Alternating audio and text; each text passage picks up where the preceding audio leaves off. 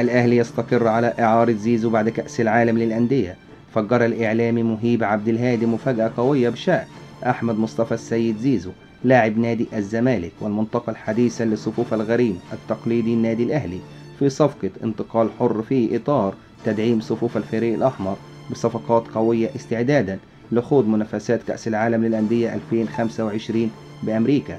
وقال مهيب عبد الهادي في تصريحات تلفزيونية: الأهلي استقر على إعارة أحمد سيد زيزو لأحد الأندية الخليجية بعد كأس العالم للأندية لمدة 6 شهور مقابل مبلغ مالي ضخم جدا في مفاجأة كبيرة وغير متوقعة. وأضاف: النادي الأهلي بيستثمر وبجيب ثمن الصفقة، والموضوع مترتب له، مش عشوائي كده وخلاص، لأن في فلوس كتير قوي اتدفعت في صفقة زيزو.